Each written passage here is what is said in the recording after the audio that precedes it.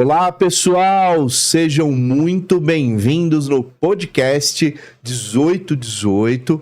Hoje nós iremos apresentar a vocês mais uma grande história, uma história muito interessante, cheia de detalhes e, claro, sempre falando de espiritualidade, de ecumenismo, amor universal e, acima de tudo, tolerância. Eu tenho certeza que vocês irão gostar muito.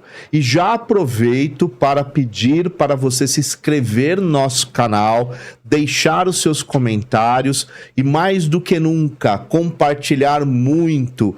Compartilhem nos seus grupos de amigos, trabalho, família, enfim. O compartilhar o episódio é algo muito importante para que a gente tenha relevância e, claro, que esse projeto continue sempre muito forte. Oi, pessoal, eu sou Ana Clara Lambert, estamos aqui com mais um programa do 1818 e hoje faltam 4 dias para o Natal, então eu espero que você esteja aproveitando muito o que há de melhor dessa época do ano. Hoje nós temos um convidado muito especial que é o César. Oi, César, muito obrigada por estar aqui conosco.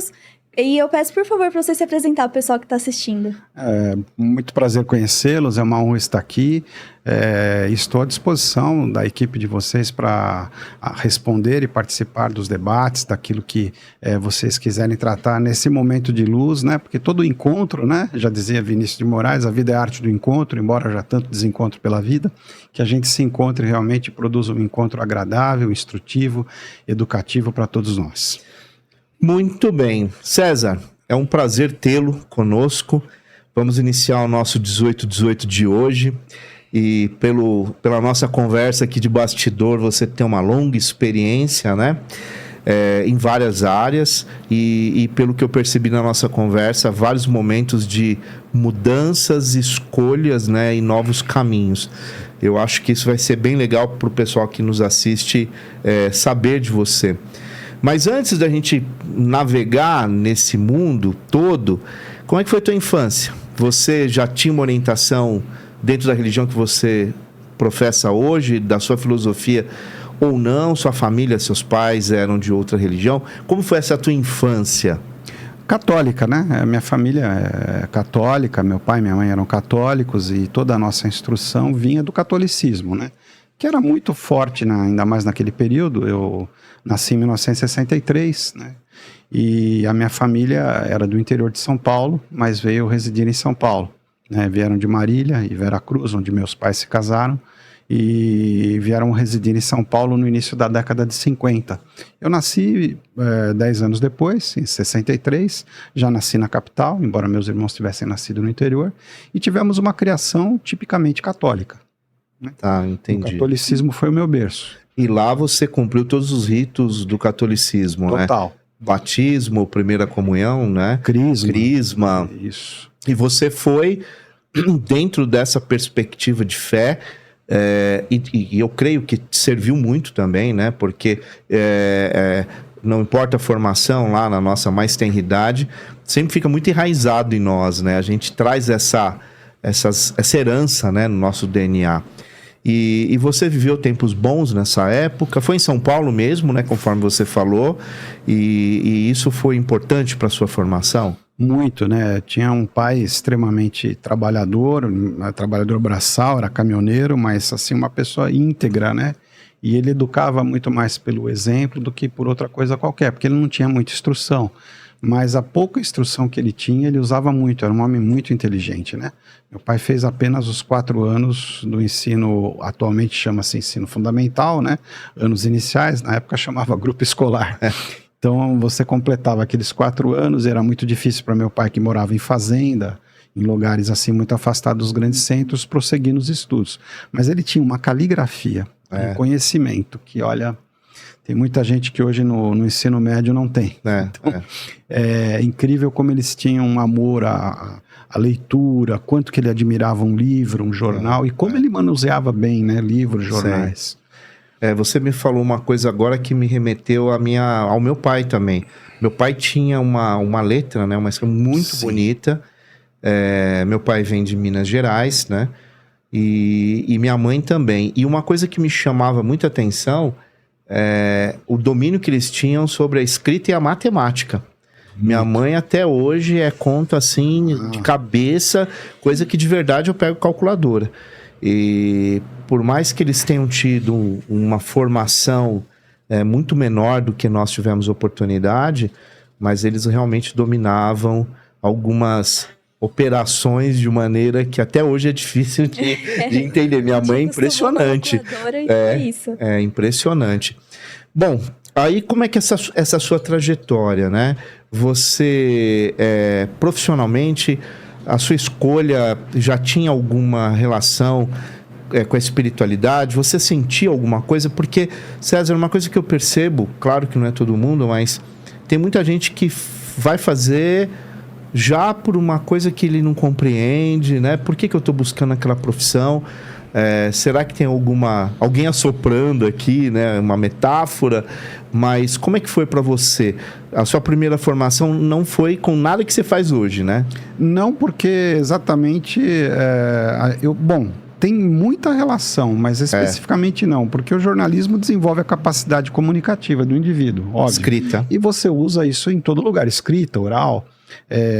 Eu fiz um curso de jornalismo que, nossa, se eu tivesse que fazer de novo, eu faria, porque é um curso que me abriu portas para compreensão, leitura, interpretação de texto, redação, né? Relação interpessoal. Muito forte, Inclusive o curso, tinha muitas matérias da disciplina de letras, né?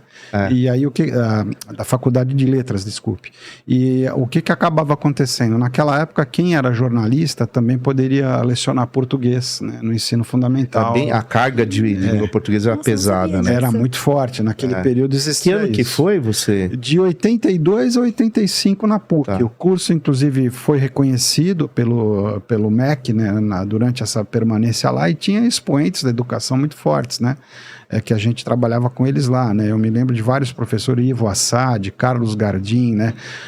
Um que foi diretor, inclusive, da TV Cultura, Gabriel Prioli, eram nossos professores, né? De redação, era o mesmo mestre de redação da Folha de São Paulo, que era o Luiz Egito. Então, nós tivemos um berço, assim, escolar muito bom. E na mesma PUC, na época, a gente tinha algumas matérias que se chamavam optativas e você poderia fazê-las. E era muito comum a gente encontrar na área de ciências da religião uma pessoa que eu conheci lá e que me tornei admirador dela, assistia muitas aulas dele, palestras, o professor Mário Sérgio Cortella. Então, foi uma grata satisfação. Que professor da PUC hoje, né? Já há muito tempo. Né? Ele está aposentado agora, mas ele era um dos papas ali da PUC de São Paulo, e foi um período muito difícil também, que nós vivíamos num regime de exceção, né? Foi uma luta muito forte para a gente restabelecer o movimento democrático no país, e nesse período não havia tanta liberdade como a gente tem hoje de se expressar, né? Então a gente tinha um certo receio de falar, falava meio que baixinho, né? Com medo das consequências, mas foi o término desse regime de exceção que a gente acompanhou muito bem lá. A redemocratização. E a PUC foi o berço de resistência, né? Foi. É importante ressaltar isso, que ali foi um berço literal de resistência contra ao regime militar, civil, que infelizmente a gente teve no nosso país, que é inegável. O Tuca foi incendiado, inclusive. Sim, invadido, né? Porque eu estava lá, exatamente. Eu saí vivo realmente por Deus. Foi algo que a gente sentiu, tinha muita presença de forças extremistas dentro da universidade, muitas vezes disfarçadas, né? Não havia a liberdade que é hoje. Tipo assim, eu tô te batendo, você não sabe porque tô apoiando, mas... porque está apanhando, mas eu sei porque eu estou te batendo. É um negócio assim, pesado, né? Mas a gente com isso também adquiria mais, por incrível que pareça, essas dificuldades só nos fizeram mais fortes. Porque a gente se tornou mais aguerrido, valorizava mais o estudo, a gente dava mais valor a esse processo todo de construção de conhecimento, e isso fez com que a gente se tornasse realmente pessoas mais resistentes em relação às crises, né? Eu costumo afirmar isso, né? Momentos como esse forjam profissionais mais resilientes, mais questionadores, né? E eu tenho certeza que você passa por essa formação e hoje... Eu acho que alguns momentos de crise que a gente passou também teve características parecidas na formação de quem estava aí, né, nessa parte mais acadêmica, na luta aí do dia a dia. Mas enfim, você faz jornalismo, né, num lugar incrível que é a PUC São Paulo, uma formação incrível, porque isso eu tenho certeza que é inquestionável, ainda mais naquela época, década de 80, 90, né? Não que hoje não seja, mas... E de repente você trabalha como jornalista um tempo, né, bom, inclusive com algumas pessoas importantes do meio jornalístico, e de repente você dá uma virada na sua vida, seminário. Sim, porque foi uma como eu poderia dizer? Como que isso aconteceu, uma revolução espiritual, né? O espiritismo fala em reforma, eu vou usar um termo mais agressivo, é revolução, não reforma, porque foi realmente um momento de um chamado que eu senti muito forte, não para fazer um discernimento, não tinha uma convicção plena de que eu deveria ser sacerdote, mas eu senti um chamado muito forte. Nessa certa feita você era jornalista e católico praticante. Católico praticante. Não conhecia a doutrina espírita, não tinha nenhuma noção do espiritismo, mas eu resolvi atender esse chamado e deixei o jornalismo, né? Na época eu trabalhava na Rádio Globo de São Paulo, Rádio Excelsior, que hoje é a CBN. Né? CBN. Não façam contas da minha idade, por favor. Mas não chamava CBN, chamava Excelsior ainda, né? E inclusive um dos slogans da rádio era Excelsior, a máquina do som, né? A máquina do som. E o diretor era o Maurício Kubrusli, que depois se tornou repórter da TV Globo também, né? Nós tivemos um trabalho lá de 13 anos que eu fiquei dentro da rádio. Quando eu fui fazer jornalismo, eu já estava trabalhando na rádio. Eu comecei como office boy lá, né? E depois eu fui fazendo uns trabalhos, redigindo textos. Na época eu tive uma pessoa que me incentivou muito. A primeira foi Osmar Santos, né? Que era o líder da equipe de esportes, e meu primo também. E o Edson Scatamakia, que foi um jornalista também muito importante na minha vida, na minha formação. Então me ajudaram bastante nesse processo. Mas depois eu resolvi fazer essa experiência vocacional. Passei a residir numa paróquia perto da minha casa, né, que é a paróquia São Francisco Xavier, no bairro do Jardim Japão, divisa ali com o Parque Novo Mundo. E lá eu fiz uma experiência vocacional maravilhosa. Encontrei um grande formador, Padre Jeremias. Tínhamos o bispo naquela época regional, era Dom Joel. E o cardeal de São Paulo era Dom Paulo Evaristo. Essa época era a teologia da libertação. Sim, tinha um forte viés pela teologia da libertação, mas havia uma divisão muito forte já. Sim, sim. Porque estava tendo aí um movimento aí, dentro da própria igreja de resistência a isso. A isso, E embora se te falasse muito de teologia da libertação, Leonardo Boff, a gente lia todos os livros do Leonardo Boff. As comunidades eclesiais de base, isso, né? Gustavo Gutierrez, que também foi um dos principais autores aí da teologia da libertação, a gente também lia bastante. O Clodovis Boff, que era irmão do Leonardo. Foi todo um pessoal aí que fez um trabalho muito forte associado à mudança, à abertura democrática do país, tá? Isso. Foi isso. Eu vivi muito esse momento. Nós tínhamos aí uma militância muito forte dentro das comunidades eclesiais de base, e foi um momento realmente importante para mim. Mas já no seminário a coisa se voltou mais para o movimento do meu eu interior. Comecei a trabalhar esse momento do meu eu interior, e o seminário foi rico para mim, né? Nós estudamos muitas coisas que, nossa, eu não tinha nem noção de que poderia ser tão profundo um estudo, né? E esse curso de filosofia que eu fiz dentro do seminário foi muito útil para mim, porque era filosofia, mas tinha muito conteúdo que também era de natureza teológica, e depois história junto também, né? As matérias de história que a gente cursava, que nos dariam mais tarde o direito de lecionar história também. E esse curso foram 3 anos da minha vida que foram muito ricos. Eu fiz um discernimento vocacional, vi que não era a minha vocação viver como sacerdócio, exatamente porque eu comecei a sentir necessidade, vontade, sonhar em ter uma família, né? E exatamente o sacerdócio dentro da Igreja Católica, ele tem que ser exercido dentro do princípio de celibato, que não é uma lei de Deus, mas é uma disciplina da Igreja. Sim. Isso é importante dizer, né? E é uma regra que, se você entrou e aceitou, tem que respeitar. Tem que respeitar. E exatamente, eu respeitando isso durante todo o meu tempo de seminarista, eu decidi optar por um outro caminho, quis ser pai. Tenho 2 filhos, né? Um já é formado em História pela Federal de São Paulo, a Unifesp. História e também. A minha filha está se formando em Gestão Ambiental na USP esse ano. Então, graças a Deus, Deu certo. O caminho era outro mesmo. Boa escolha. Eu me sinto muito bem como pai de família e o que é gostoso, eu não perdi o meu cristianismo, né? Não perdeu. Eu não deixei de ser cristão porque me tornei pai. Pelo contrário, acho que eu me tornei um melhor cristão, um cristão melhor, exatamente pela experiência da paternidade, da família, né? Que foi para mim um desafio. E no momento do seminário, você era diocesano. Sim. Seminário diocesano. Diocesano, Aqui ligado. Zona Norte aqui, Zona né? Norte, Dom Joel, e o bispo regional Dom Joel, e o cardeal era Dom Paulo, né? Dom Paulo. Isso. Dom Paulo. Que época, hein?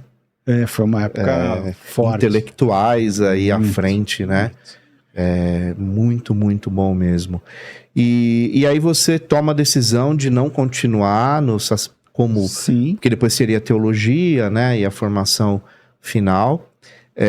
E como que o kardecismo chegou na sua vida? Pois é. Porque são caminhos que não...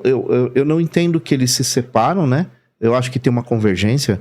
Tem uma das palestras que você ministra, inclusive, que depois eu acho que é legal você falar dela, sobre as escrituras, né? Sim. Mas eu acho que deve ter sido interessante esse seu conhecer o kardecismo e começar a caminhar hoje como um palestrante, uma pessoa que atua numa casa, né? Que depois é legal você falar também qual é o local que você hoje dedica seu trabalho, né? Espiritual. Sim. Como é que foi esse conhecer o kardecismo pós-seminário? Porque aí você já é formado em jornalismo, você já é formado em filosofia, né? Com habilitação para dar aula de história e toda essa área de humanidades.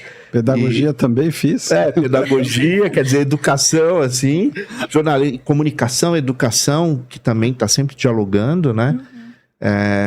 E aí vem o kardecismo. Então, nessa linha do tempo, né? Que vamos falar que ela é curta, né? Para não falar que você é de outro século, como eu também, né? Nós nascemos... É estranho falar isso, mas é real, né? Desse século, só a Ana aqui na mesa, né? Quando eu falo que eu conheci mimeógrafo a álcool, o pessoal me olha assim, isso é estranho, cara.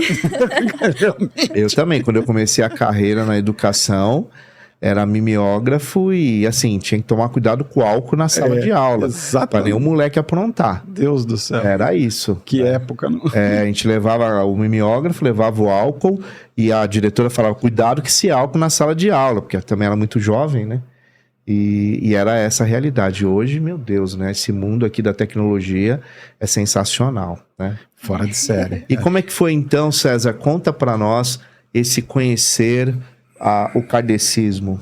Bom, eu li um livro recentemente que eu acho que sintetiza bem a minha história. Chama-se Mindset. E a autora, PhD, a professora Carol, né? Assim, ela tem um trabalho ali muito brilhante que ela diz assim, quando a gente tem...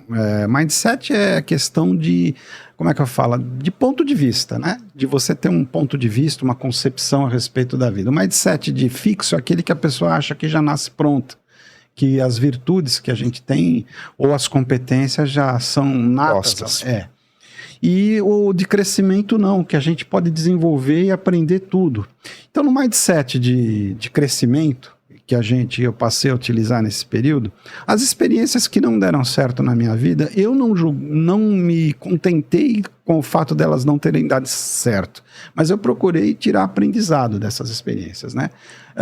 Existe uma diferença entre você ter fracassos e ser uma pessoa fracassada. Exatamente. Fracassos todos nós temos. A questão é o que você faz com isso. Se você tira do fracasso grandes lições, eles na realidade são importantes lições que você vai utilizar para construir o seu sucesso. Dizem que o inventor da lâmpada, né, Thomas Alva Edison, ele inventou a lâmpada com uma equipe enorme de assessores, com investimentos altíssimos, e foram 1.600 tentativas, segundo alguns dados. A gente não sabe se isso é correto ou não real, mas não foram 1.600 fracassos, foram 1.600 etapas na construção da lâmpada elétrica que ele queria. Eu passei a ver as minhas experiências que não estavam dando certo com aquele olhar crítico. Por que não funcionou? porque não deu certo, né? Meu casamento inicialmente também não funcionou, não deu certo. Eu fiquei 5 anos casado, me separei.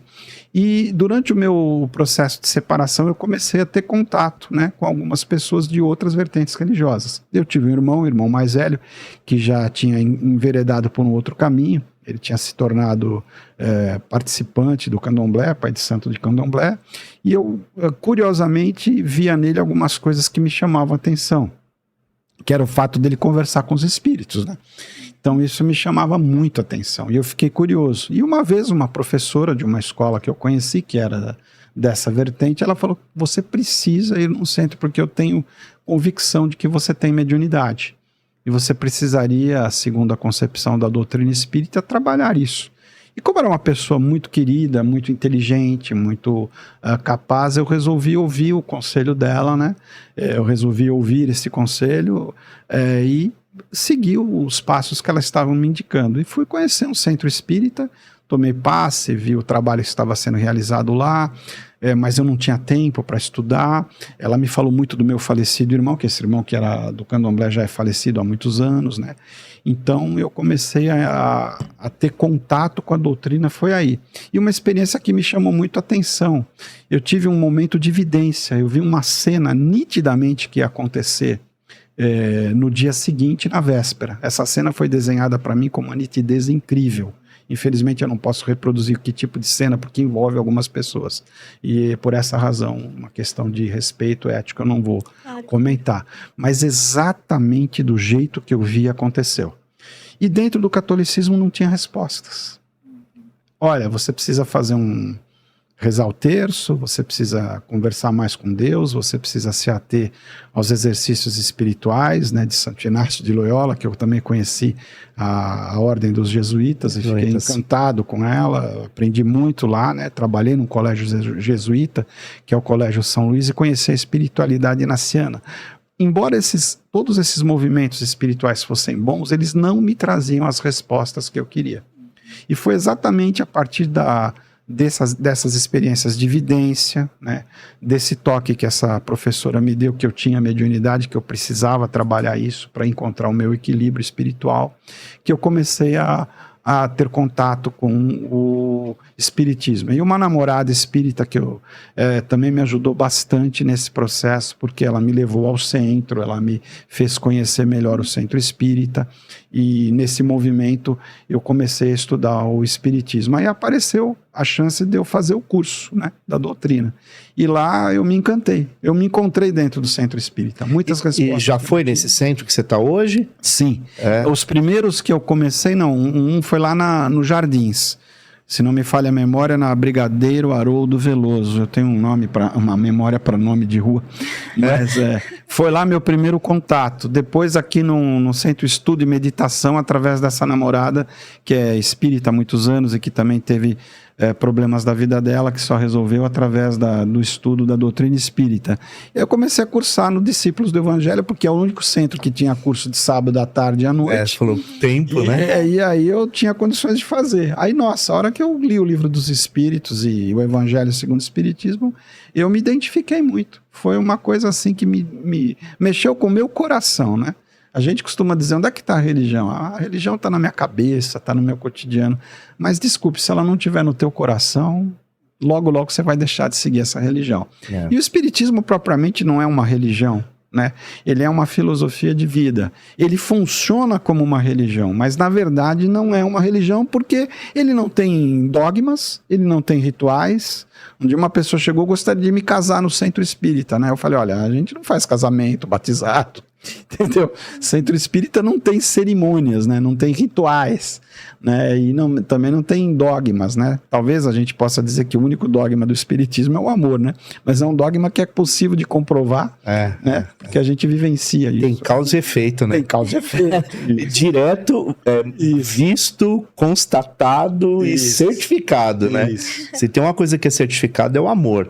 É a única coisa que, de fato, você vê a transformação acontecendo. É impressionante, né? E é a síntese de todos os mandamentos, né? No Espiritismo, a gente aprende que houve 3 revelações. A primeira com Moisés, o Decálogo, as tábuas da lei, Isso. a segunda com Jesus, a terceira, o Espírito de verdade, o propriamente o Consolador, que é a própria doutrina espírita, né? Que seria a terceira revelação. E eu acho que o amor sintetiza tudo, né? Por isso que no 15º capítulo do Evangelho segundo o Espiritismo está escrito lá, com clareza inquestionável, fora da caridade não é salvação. E me chama muito a atenção o que o Chico falou sobre isso, né? Porque uma vez ele falou, olha, eu escolhi o caminho do Espiritismo porque está escrito lá, fora da caridade não há salvação.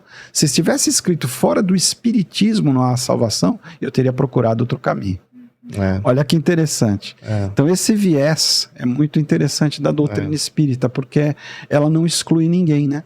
Ela permite que você conviva harmonicamente com todas as interpretações e comprova o que Jesus fez na passagem em que João, né, o discípulo mais próximo de Jesus, não estou falando do João Batista, mas o João Evangelista, ele chama o mestre e fala, mestre, ali existe um grupo de discípulos que não estão conosco, eles não são do nosso grupo, mas estão falando em seu nome, estão profetizando em seu nome, estão fazendo curas em seu nome, e eu pretendo repreendê-los. Ele falou, não os repreenda, quem não está contra nós, está a nosso favor.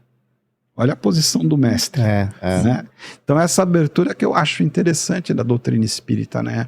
Nós não criticamos negativamente nenhum outro viés religioso ou filosófico. A gente trabalha dentro de um princípio de esclarecimento através da razão, por isso chamado a fé raciocinada, de tudo aquilo que a gente estuda na vida de Jesus. O substrato maior da doutrina espírita é o Cristo, é Jesus, né? Isso o maior mestre. É o maior mestre.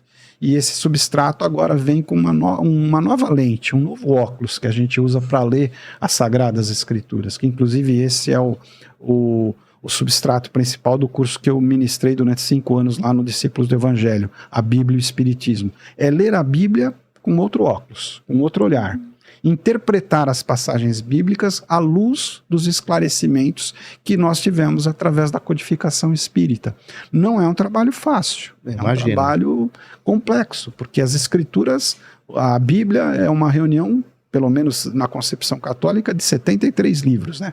Os protestantes dizem que existem alguns livros que eles não aceitam, né? Eu não me lembro quais exatamente, mas a Bíblia dos protestantes é um pouco menor. De qualquer forma, 73 livros, 46 no Antigo Testamento, 27 no Novo. Todos esses livros, se a gente fizer uma análise à luz da doutrina espírita, eles foram livros psicografados. Kardec, Herculano Pires fala com muita propriedade, a Bíblia é um livro mediúnico. Não é? E Allan Kardec diz também no próprio Livro dos Espíritos, né, na parte, se não me engano, parte 3, está escrito lá, não há nada de errado com a Bíblia. Errada é a maneira como as pessoas a interpretaram. E partindo desses princípios, a gente organizou um curso lá para esclarecer as pessoas em relação àquilo que outrora era muitas vezes explicado como milagres, como coisas que são anormais, mas que na visão de Kardec e dos espíritos com os quais Kardec conversou para organizar a codificação, são fatos perfeitamente naturais, porém que não estão ao alcance ainda da nossa inteligência, do nosso domínio, mas são naturais. Deus poderia derrogar, né, propriamente dito, as suas próprias leis, por que ele o faria? Se as leis que ele mesmo criou são sábias e ele é um ser soberanamente justo e bom, como diz o Livro dos Espíritos, né, causa primeira de todas as coisas, ele não derrogaria as próprias leis que ele criou. Então o que a gente chama de milagres, muitas vezes, na doutrina espírita, nada mais são do que fatos normais que podem ser explicados com o amadurecimento, a evolução da nossa própria inteligência. É claro que nem tudo nós podemos explicar. Sim. Porém, aquilo que é possível através da ciência, a gente está tentando fazer. Sim. E isso quebrou inúmeros dogmas que afastavam as pessoas da vida religiosa, né? Que afastavam as pessoas do caminho da luz e muitas vezes as colocavam no caminho do radicalismo, da intolerância, né? Que é contrário ao princípio maior do evangelho, que é o amor, a fraternidade. Então esse é o caminho que a gente procurou trilhar e sem criticar nenhuma outra vertente religiosa, cada uma tem seu caminho e todos os caminhos são bons desde que a pessoa siga esses caminhos com retidão, né? Sim. Eu acho que com honestidade. Com honestidade de princípios, né? Eu gosto muito do Divaldo, quando ele numa entrevista, gostei muito da entrevista que o Divaldo deu ao Jô Soares, uma vez onde ele disse algo que me encanta, né? Eu prefiro um ateu honesto do que um religioso sem vergonha. Eu achei essa frase dele fantástica, porque é verdade, o ateu, ele não precisa você dizer que acredita em Deus, não precisa você fazer o sinal da cruz, não precisa você tomar água fluidificada, e não sei, mas se você for uma pessoa correta, honesta, trabalhadora, que respeita o seu próximo, você já está sendo cristão sem usar o nome. Eu acho que isso é importante, né? Sim. Então, essa retidão de caráter é muito importante em qualquer atividade da vida. Então, no Espiritismo, eu encontrei respostas que eu não encontrava em outras correntes religiosas. Fui estudar a questão da reencarnação, fui estudar mediunidade, eu sou médio, psicofônico e também psicografo textos, e aí eu comecei a perceber o quanto de coisas que eu tinha na minha cabeça que não eram minhas, né? Que eram de outros espíritos que muitas vezes estavam ali num processo de crescimento conjunto comigo. O obsessor não é meu inimigo, ele apenas está cobrando muitas vezes dívidas que eu adquiri no passado com ele. Então eu tenho que amar os meus obsessores e agradecer a presença deles, porque são eles que me fazem caminhar e conhecer melhor a doutrina, o amor, a paciência, né, a resignação, que são virtudes ensinadas pela doutrina espírita. César, nessa fala foi possível perceber essa presença da busca pelo conhecimento, a busca pelas respostas muito presente. Sim. E aí eu queria perguntar se foi a partir disso que surgiu a vontade de dar as palestras, de passar esse conhecimento para as pessoas. E tinha um pezinho do jornalista ali que falava, preciso levar isso para as pessoas. Como que foi esse processo? Olha, olha, a sua pergunta é excelente. Foi uma mescla dessas coisas, né? Nenhuma sozinha, nem outra. Ambas, né? Eu sou muito curioso, porque a primeira profissão, né? Marca o coração, você é jornalista, você quer saber, você quer investigar. Eu escutei isso ontem, né? Tem que ser curioso. Tem que ser. A curiosidade é a mãe, né, da nossa evolução espiritual, intelectual. Porque também concordo. Quando a gente tem curiosidade, né? A gente busca. A gente cava. Exatamente. Vai cada vez mais fundo. E foi uma mescla disso tudo, né? O jornalismo me deu a disciplina no uso da linguagem, do texto, né? Isso não tem como não agradecer ao jornalismo isso. Mas também o lado da minha curiosidade, o lado filosófico foi importante. A faculdade de filosofia me abriu muito a mente em relação às diversas correntes do pensamento humano, e isso foi algo muito importante na minha formação pessoal e profissional. Então hoje eu lido com livros, né? Eu trabalho com livros didáticos, né? E isso também é um desafio, porque a gente visita escolas em todo o Brasil, levando conhecimento, informações, né? E esse conhecimento, a cada dia que passa, a cada escola que eu visito, a cada diretor, professor, aluno, pai que eu converso, eu também estou adquirindo conhecimento, né? É um erro a gente achar que só a gente, o professor, sabe tudo, né? Essa época já acabou, graças a Deus. A gente constrói esse conhecimento na convivência, né? Na convivência com todos os agentes sociais que estão envolvidos nesse processo. Pai, alunos, professores, gestores de escola, todos, né? Uma construção contínua, né? E a gente, a cada dia que passa, aprende que realmente esse conhecimento, os livros vão refletir uma parte deles, a outra parte a gente encontra na convivência, no debate dentro da sala de aula, nas pesquisas que a gente faz. Então é um movimento muito rico esse de você combinar o jornalismo com o trabalho intelectual de produção de conhecimento. Eu acho que as coisas se completam. E eu agradeço muito ao curso de jornalismo, porque eu me tornei professor depois de ter feito o curso de jornalismo. Então a oratória, o texto, né, a comunicação. É fundamental, né? Isso ajuda muito, né? Não tem como negar, né? Mas a sua pergunta foi realmente muito oportuna. Resiliência, né? Também você ganha muito. E dentro do kardecismo fala muito da razão, né? Da importância da racionalidade. Salvo engano, Kardec se preocupava muito também com a autenticidade das psicografias, se aquilo realmente fazia sentido. Camille Flammarion, que eu citei antes, que tivemos até aqui um programa com o Cláudio Palermo, foi alguém também que se preocupava muito com a autenticidade dos processos psicográficos, né? Hoje você, como uma pessoa que tem toda essa bagagem, toda essa formação, você também, no bom sentido, tem esse olhar crítico para separar o que é exagero, o que é descontextualizado dentro da ideia do espiritual, né? Eu vou pegar a palavra do nosso maior médium vivo da atualidade, que me impressionou muito. Olha como são as coisas, né? Não dá para acreditar que existam acasos. No espiritismo não existe acaso. Eu fui trabalhar em Salvador. Eu sonhava em conhecer Divaldo Pereira Franco. Era meu sonho. Porque eu escuto as palestras dele, eu fico encantado. E exatamente naquele dia que eu fui para Salvador, os 2 compromissos que eu tinha no período da tarde foram cancelados. Eu fiquei com a tarde livre. O que eu fiz? Mas na hora, a intuição, o espírito falou, eu vou até o bairro do Pau da Lima e vou conhecer Divaldo. Mas Divaldo viajava muito, mas exatamente no dia que eu fui ele estava lá.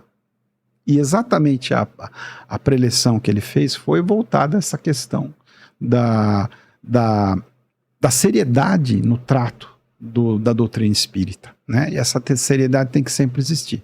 Eu me recordo que ele falou que um médium começa muitas vezes a trabalhar em momentos, ele vai ter momentos de muito animismo, onde ele vai achar que é de um espírito, mas é dele mesmo. É dele mesmo.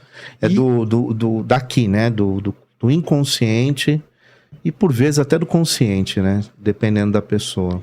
Se ele filtra a mensagem e transmite coisas boas, ok, é um processo natural. É estudo, é aprofundamento. E à medida que você estuda e se aprofunda, vai também se abrindo para você esse desenvolvimento mediúnico.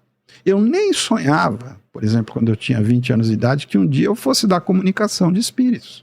Eu não fazia a menor ideia disso. Inclusive, quando eu comecei a estudar espiritismo, eu achei que eu não tinha mediunidade desenvolvida. Eu tive um momento de evidência, como eu falei, mas ele foi único. E aquilo para mim marcou muito.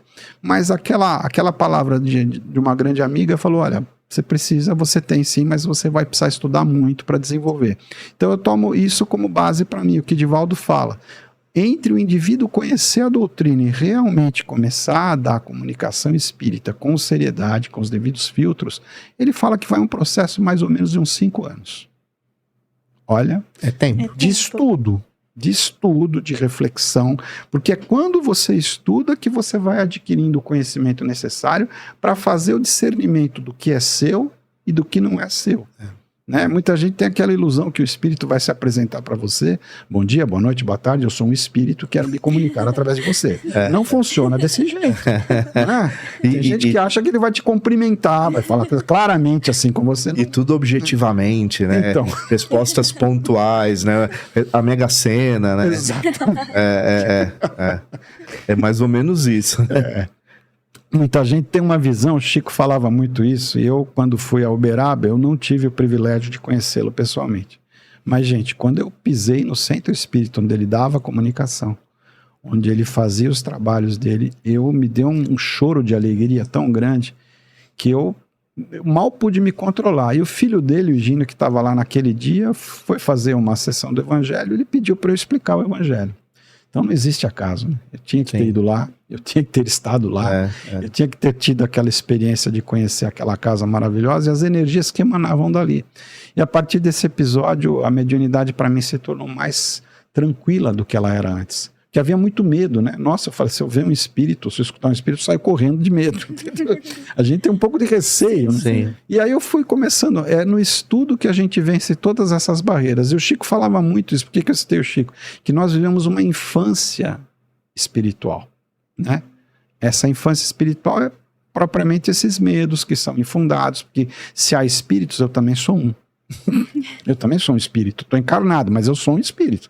Nós somos espíritos. Então por que eu vou ter medo do meu irmão, que é idêntico a mim, né? Que vai se manifestar. Eu tive algum desajuste com ele, ótimo. A gente tem as encarnações, as reencarnações para fazer esses ajustes.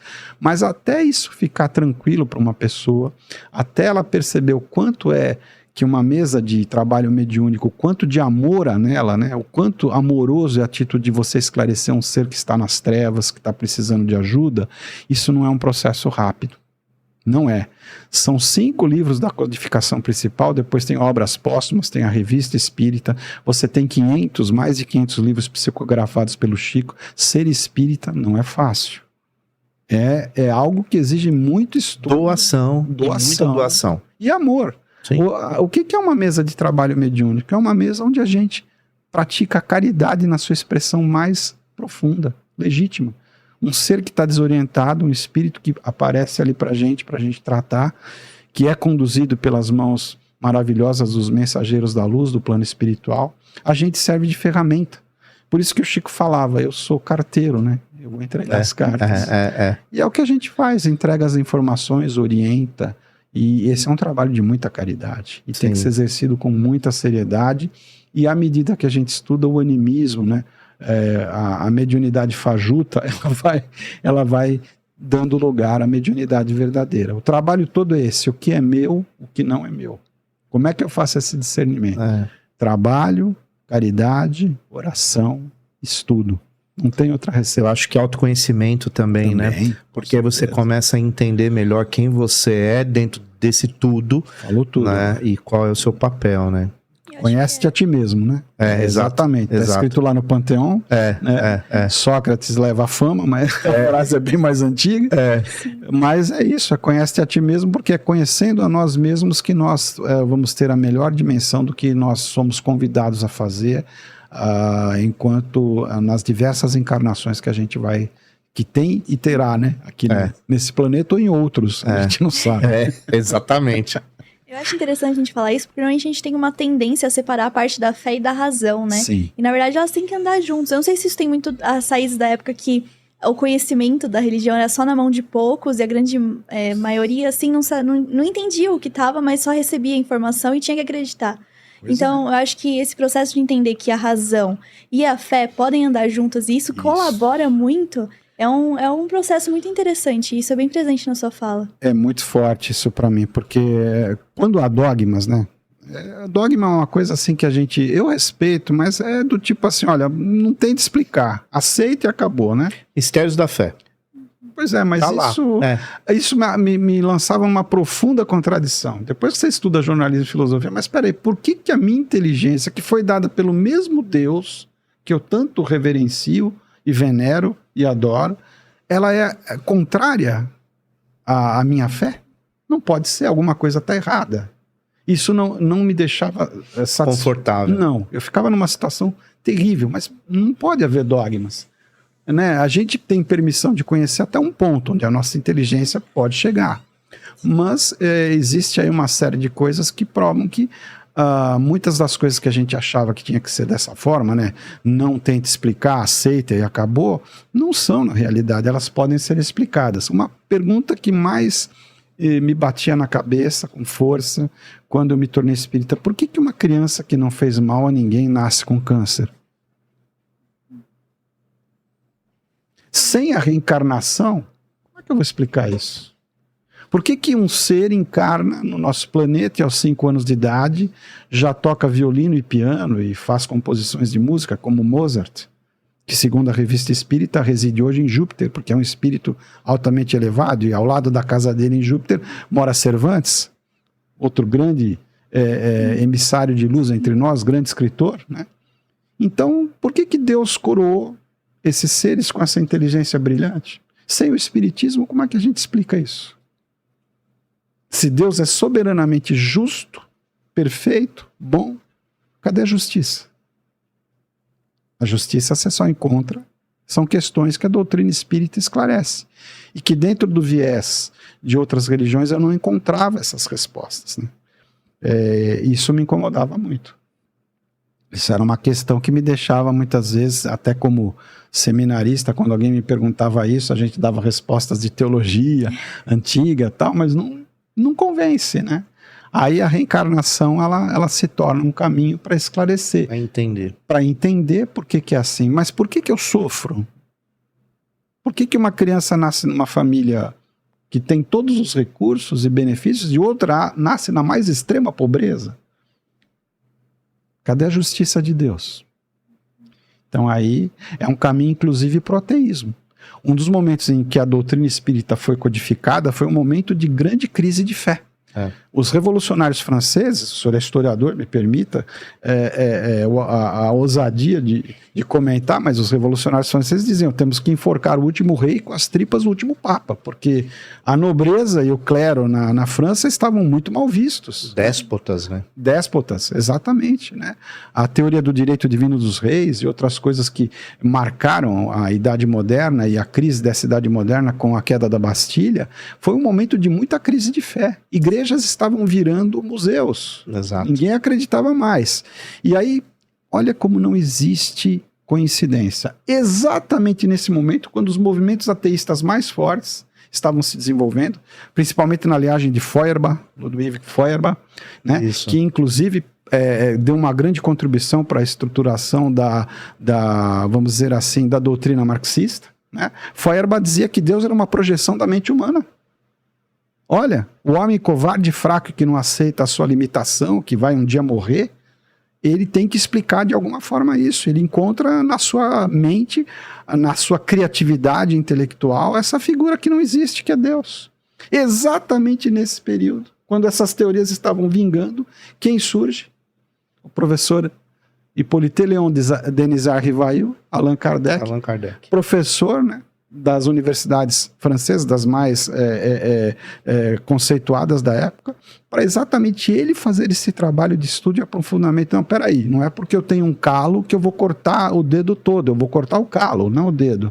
Não é porque alguns religiosos se desvirtuaram do seu caminho que não existe Deus. Essa é a pior consequência de um religioso não cumprir bem o seu papel. Porque ele pode levar pela sua má conduta a ideia de que Deus não existe. E que, portanto, não há nada, não há razão. Nesse mesmo período, vejam como Deus é sábio, como não há casos. Quem que estava na Rússia escrevendo grandes romances de alto conteúdo, de conteúdo realmente edificante? Dostoiévski. Que no livro Irmãos Karamazov cita lá, né, o personagem principal, que é um livro que comenta um parricídio, né, um filho que mata o próprio pai, ele cita: se Deus não existe, então tudo é permitido. Por que eu vou me comportar bem?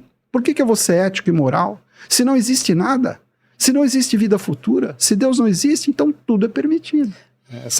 Esse trecho do livro me lembra popularmente o abrir a porteira, né? Exatamente. Né? E olha como nessa época Kardec dá uma contribuição importante. Um professor, um estudioso, discípulo de Pestalozzi, se compromete nesse período de alta descrença, de ateísmo, né? Fundamentado filosoficamente, ele vai, rema contra a maré e organiza a codificação. Um movimento fortíssimo, né, César? Nossa. Absolutamente intelectual e absolutamente pautado em argumentos interessantíssimos e reais, né?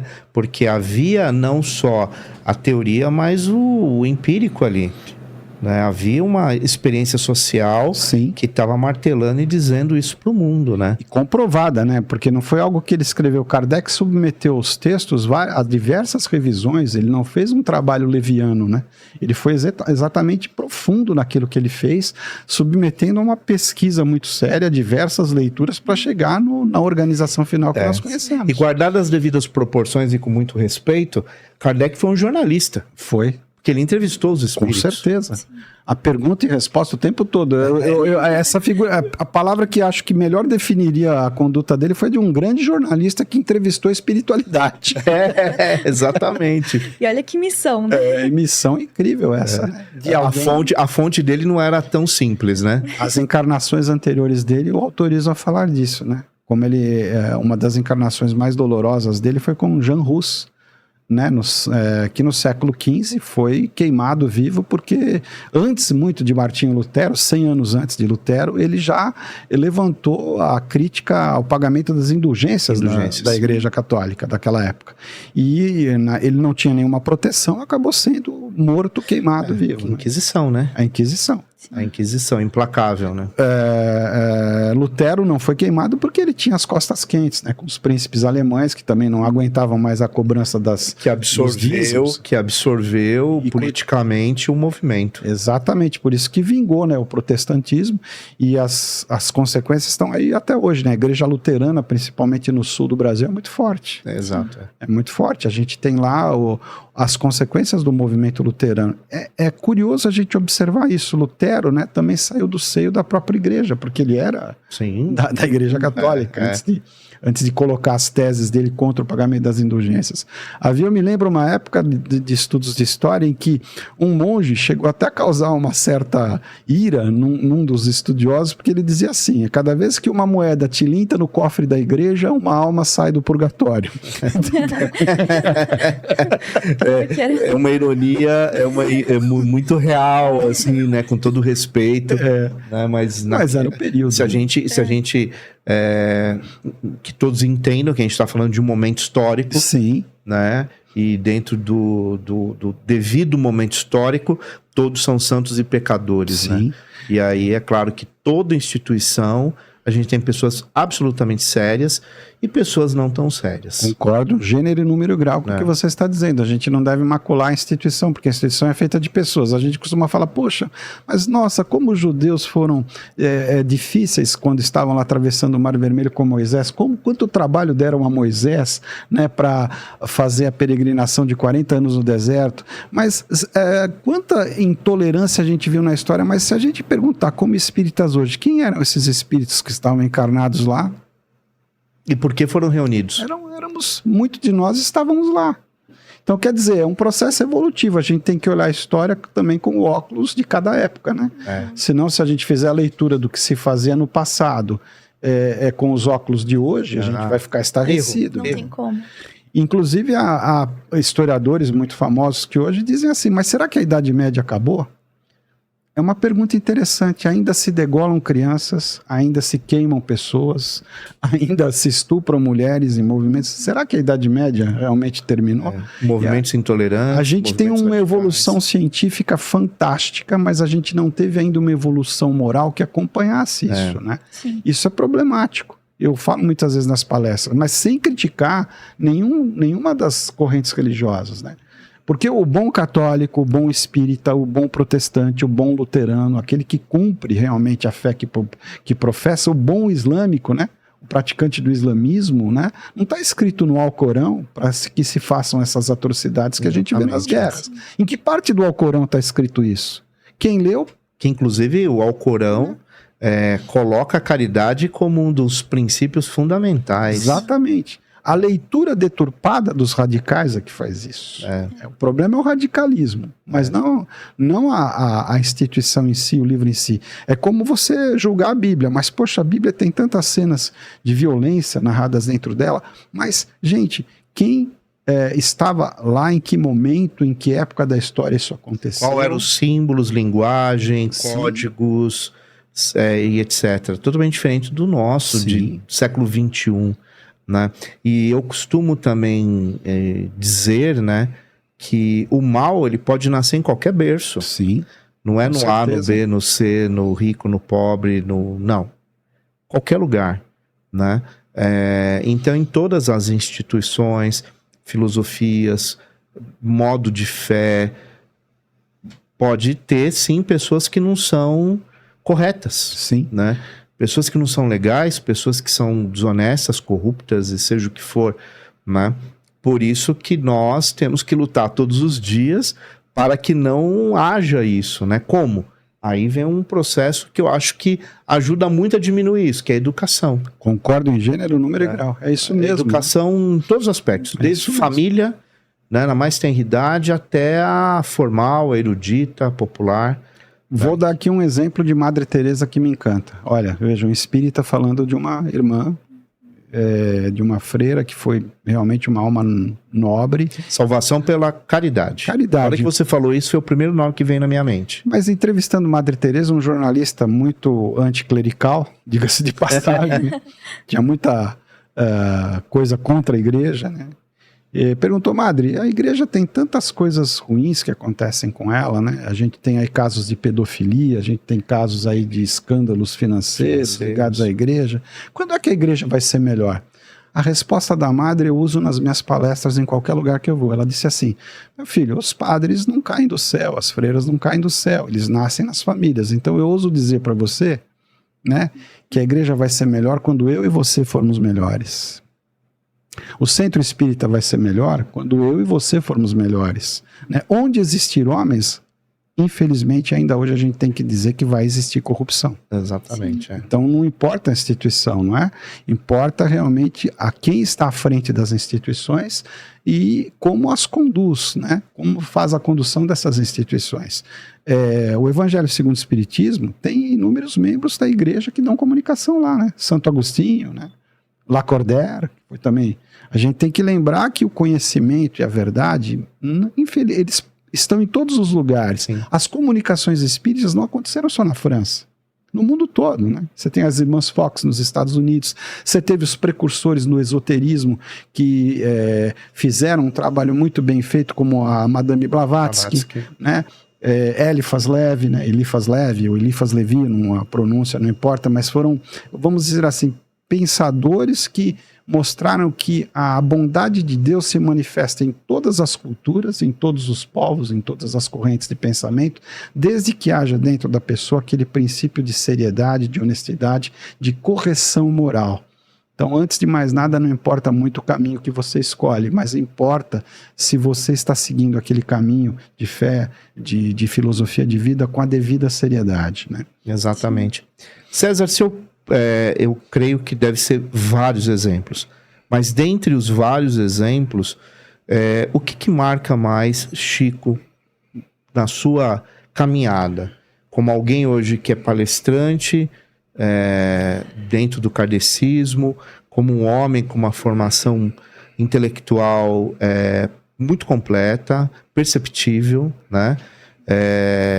Obviamente que isso é mérito de muito estudo, de muito trabalho, de formação muito boa, né? E eu como professor, eu costumo dizer que a gente tem esse cacuete de ter essa percepção, né? E eu percebo em você uma capacidade intelectual que sustenta muito a tua fé, e é um caminho que eu gosto muito também como ser humano.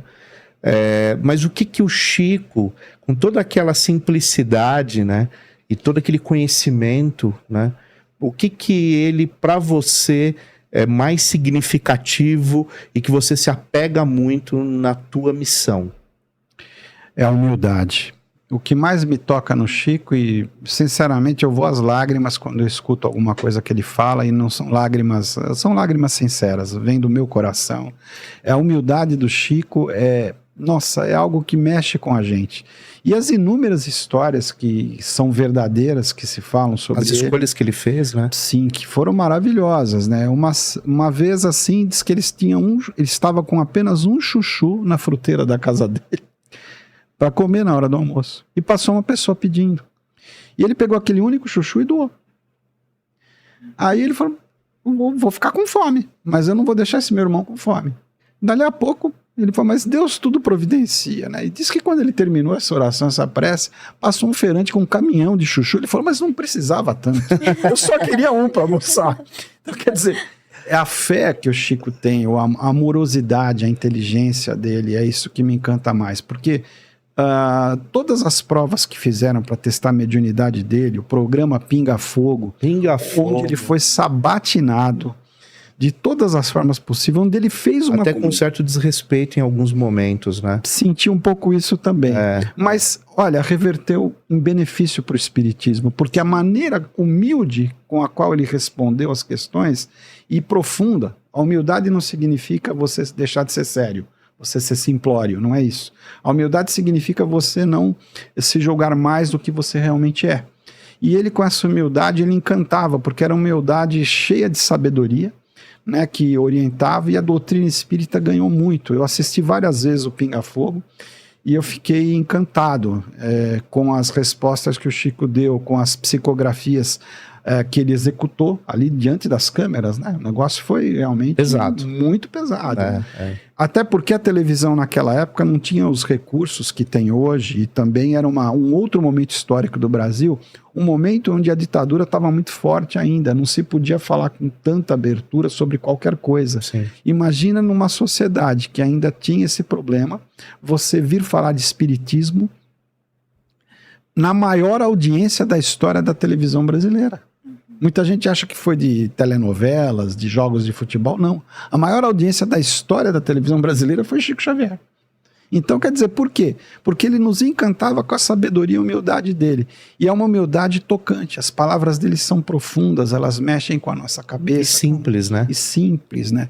Vai exatamente no ponto central de cada questão, mas sem aquele ar de arrogância, sem aquele ar de julgamento, seguindo realmente o Evangelho de Jesus.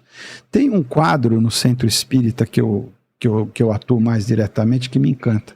É um quadro, foi pintado em trabalho mediúnico, né? E o que aconteceu ali? Tem o Chico Xavier abraçando Jesus. Aquele quadro mexe muito comigo, porque demonstra bem a alma valorosa que tinha o Chico.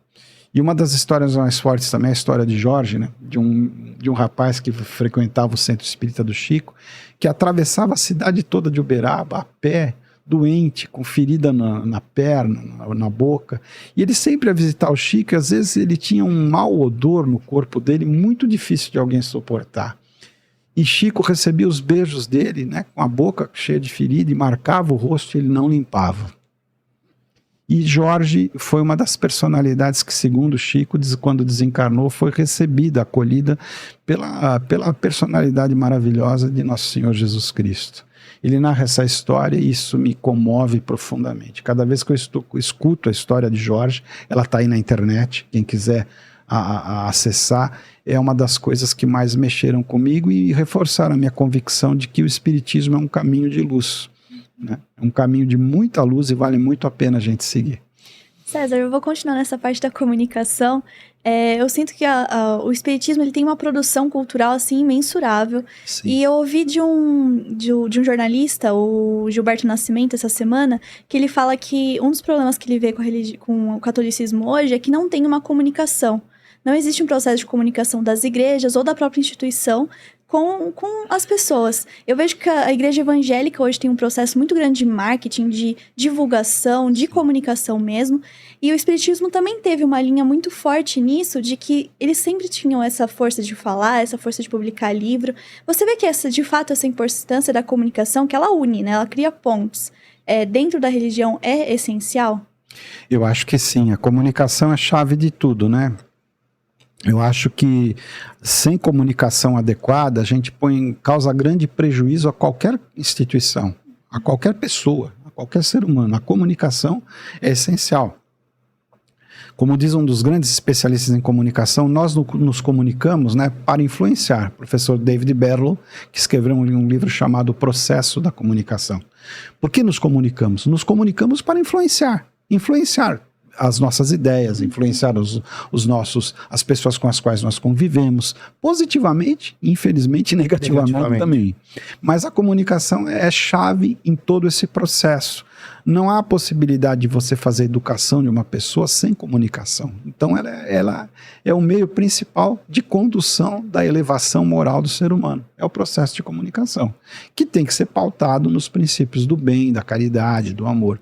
Então eu acho que falta muito isso sim, e muitas vezes não só na Igreja Católica, acho que falta um pouco em todos os lugares, em todos os setores da sociedade, inclusive nos relacionamentos. Eu vejo hoje, quando você escuta que uma criança entra armada numa escola e mata os seus companheiros, vocês viram aquele filme antigo, mas muito interessante, Tiros em Columbine, né, onde a gente vê o que nós estamos semeando.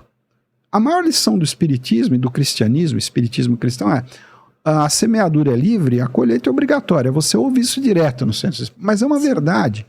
O que nós semeamos no coração daquelas duas crianças que pegaram armas e atiraram nos seus coleguinhas? Qual o vácuo que foi permitido ali? O que nós estamos semeando hoje? Eu fico estarrecido quando eu vejo a crueldade dos campos de batalha. Nossa, isso me estarrece. É. Né? Aí a pergunta, estamos realmente na idade contemporânea? Estamos ainda na idade média? Não aprendemos nada enquanto civilização. Exatamente, mas o que nós semeamos? Você pega hoje a maior parte dos filmes que a gente vê semeando cenas de violência constante, de vingança, de raiva, de ódio, de intolerância, de preconceito. A gente semeia isso e quer colher rosas.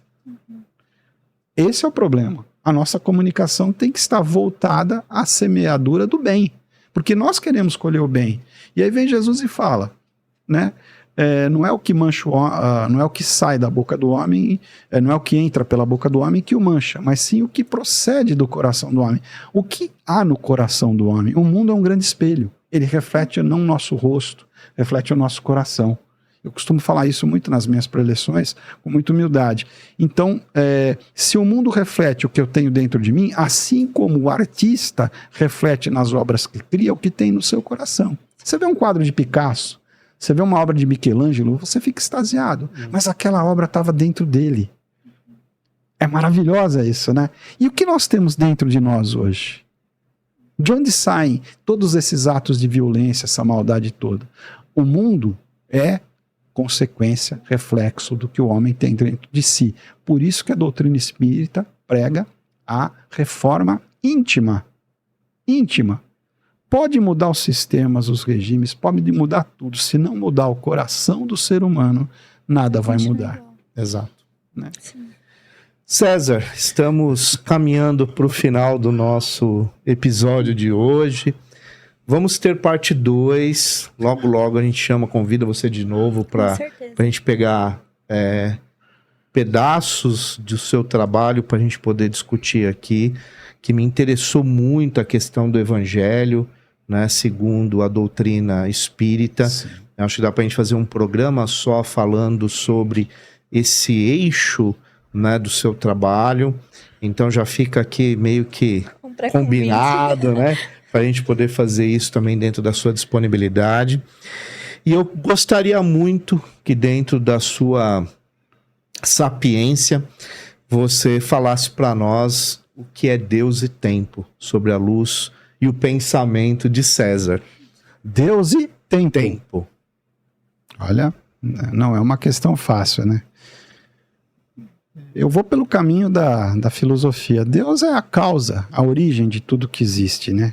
É a causa incausada, a única causa que não foi causada por nenhuma outra causa. Mas Deus é acima de tudo, dentro dessa concepção filosófica que é amadurecida muito por João, o João Evangelista, na sua carta, ele define com muita propriedade, e é a definição que mais me agrada. Deus é amor. Deus é amor. E quem diz que ama a Deus, mas não ama seu irmão, é mentiroso. Porque como eu posso amar alguém que eu não vejo, não amando aqueles a quem eu vejo, com os quais eu convivo? Então eu acho que essa é a importante lição, né? E o tempo é a medida necessária da nossa própria evolução. À medida que nós fazemos bom uso do tempo, ele nos gratifica, né, no futuro com as consequências das boas sementes que nós plantamos hoje. Então o tempo, ele é a medida da nossa salvação. O que eu quero colher amanhã? A resposta pode ser muito tranquila de ser estatuída. Eu quero colher amanhã amor, paz e prosperidade. Aí vem a segunda pergunta mais incômoda. O que eu planto hoje? O que eu estou plantando? Então o tempo é essa justa medida que nos faz perceber que o amanhã será como nós faremos com que ele seja. Exatamente. Nós somos os construtores do nosso próprio destino, né? E o hoje é o momento mais importante que nós temos. Hoje é preciso arregaçar as mangas e começar a trabalhar com muita intensidade no sentido de tornar o planeta realmente mais amoroso, mais acolhedor, mais receptivo, mais capaz de conviver com as diferenças, né? Isso é muito importante, mais capaz de aceitar o ser humano com as suas imperfeições, mas aceitá-lo sempre com a perspectiva de melhorar, e através do trabalho árduo e contínuo, as nossas más inclinações. Como diz a doutrina espírita, trabalhar contra aquilo que há de mal em nós, extirpando esse mal de dentro de nós, para que o mundo seja um reflexo da bondade que deve existir no coração de todos os homens. É isso, e o agora é o livre-arbítrio, né? O livre-arbítrio, respeitando. Exatamente. Exatamente. Não vamos ser bons por imposição. Mas porque desejamos, queremos Isso. e vamos. Exatamente. Né? É uma isso. construção. É uma construção. Muito bom. Antes de fazer a pergunta final, eu gostaria de agradecer muito a Paula Alves, que já esteve aqui conosco na bancada. Ela é maravilhosa. Mas que ela que fez a indicação. Então, fantástica. Agradecer novamente. Quem quiser assistir o episódio dela também já foi ao ar. Então você pode ver também o que ela conversou. E novamente agradecer a Paula por ter indicado. E a gente costuma terminar o nosso programa pedindo uma mensagem. Pode ser algo que você queria ter falado e não falou. É livre. O que eu poderia dizer? Em primeiro lugar, gratidão, né? Eu sinto-me honrado com o convite, essa mesa abençoada de divulgação do amor, né? Divulgação da paz, divulgação das sementes que nós queremos amanhã colher os frutos, é uma mesa abençoada. Então, em primeiro lugar, a minha gratidão a vocês. É uma honra para mim estar aqui. Eu acho que eu nem mereço, com toda franqueza, mas é uma honra poder contribuir com esse trabalho de construção, de renovação das mentalidades, né? As mentalidades que precisam ser tocadas e, mais do que as mentalidades, os corações. Então, deixo essa mensagem de esperança. Vamos continuar na semeadura do bem, porque a gente semeia muitas vezes chorando, mas a gente vai colher com muita alegria, entre risos, abraços e momentos de confraternização que não vão faltar. O planeta está se transformando num planeta de regeneração. Nós estamos superando fases importantes e limites importantes na construção de um futuro melhor. Muitas vezes as realidades nos desanimam e nos deixam, muitas vezes, tristes, né, com o que acontece, mas dentro de nós existe uma luz, uma chama que nos acena de que estamos no caminho certo, todas as vezes em que procuramos amar mais, servir mais e realmente sermos irmãos. A oração magna do cristianismo, o Pai Nosso, nos lembra isso constantemente, né? Temos um Pai que é nosso, então somos todos irmãos. Que nos tratemos não como estranhos, adversários, inimigos, né? Mas que nos tratemos como verdadeiros irmãos. E com certeza a partir daí a gente pode ter convicção plena de que esse mundo melhor chegará.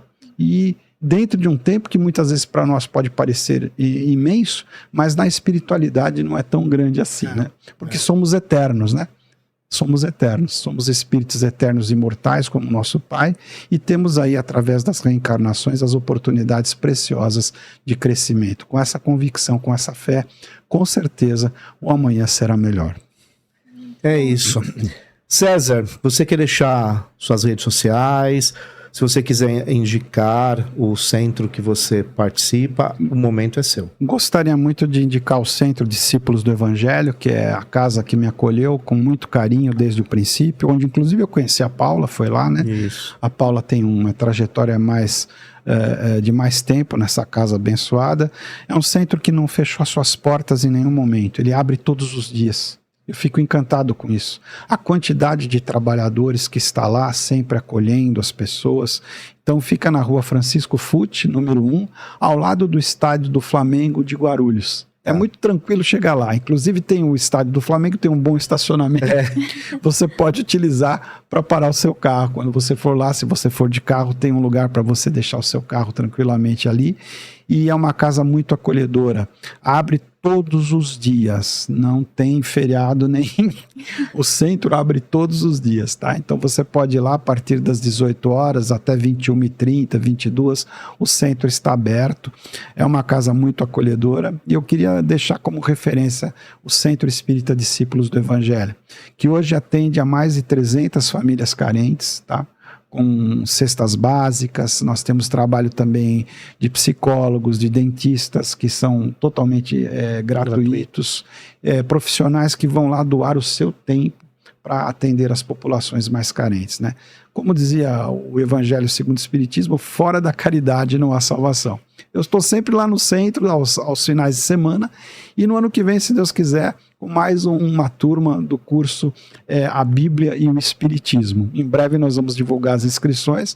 Gostaria muito de tê-los lá com a gente para enriquecer esse debate, essa formação que, com certeza, com as graças de Deus, trará muitos benefícios. Sim, inclusive quando o curso abrir, eu proponho que você mande para o Leandro Zermiani, né, que é o nosso produtor / chefe, eu sempre deixo isso claro, e aí a gente divulga aqui. Será um prazer, tá bom? Vou mandar sim. Porque aí a gente, né, divulga o endereço do centro, o curso, porque eu tenho certeza que vai ser Vai incrível, chover. né?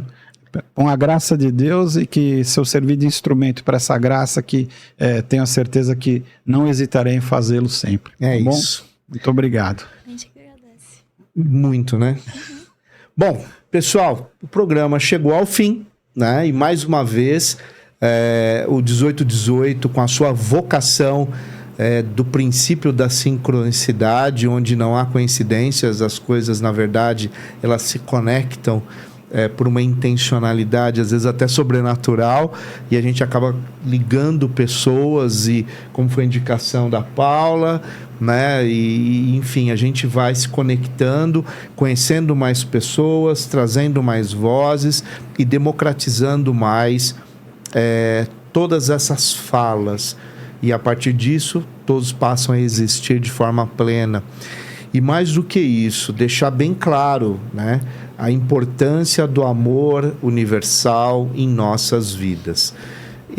O amor, ele reside nas grandes transformações, né? Eu costumo dizer sempre que eu nunca vi o ódio produzir transformações positivas, exceto a produção, né, de coisas ruins, né?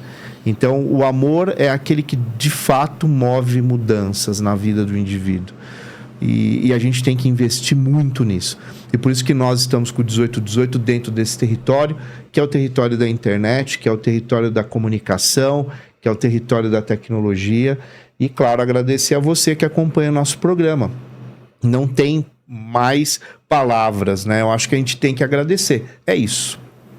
Portanto, eu já vou pedir, né? Se inscreva no nosso canal, né? Deixa aqui o seu comentário, por favor, divulga muito. A gente precisa dessa divulgação, desse compartilhar, das pessoas compartilharem o programa, sabe, César? O nosso marketing são vocês que estão aqui, são as pessoas que nos assistem, é a pessoa compartilhar porque acredita no projeto. Então, esse compartilhar, na verdade, não é compartilhar um vídeo apenas, ou um vídeo interessante, ou o vídeo de um amigo, não. É um projeto, é uma ideia. E qual que é a ideia central disso tudo? Amor universal. Né? Que maravilha. Levar a luz para dentro da casa das pessoas, para as pessoas. Então, esse é o grande princípio do 1818.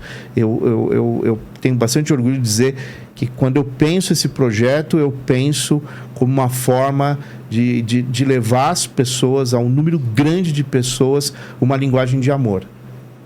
É o que mais nós precisamos. É isso. Então, eu acho que hoje você trouxe e acrescentou muito para nós. Então, muito obrigado, de verdade, em nome de todos nós aqui.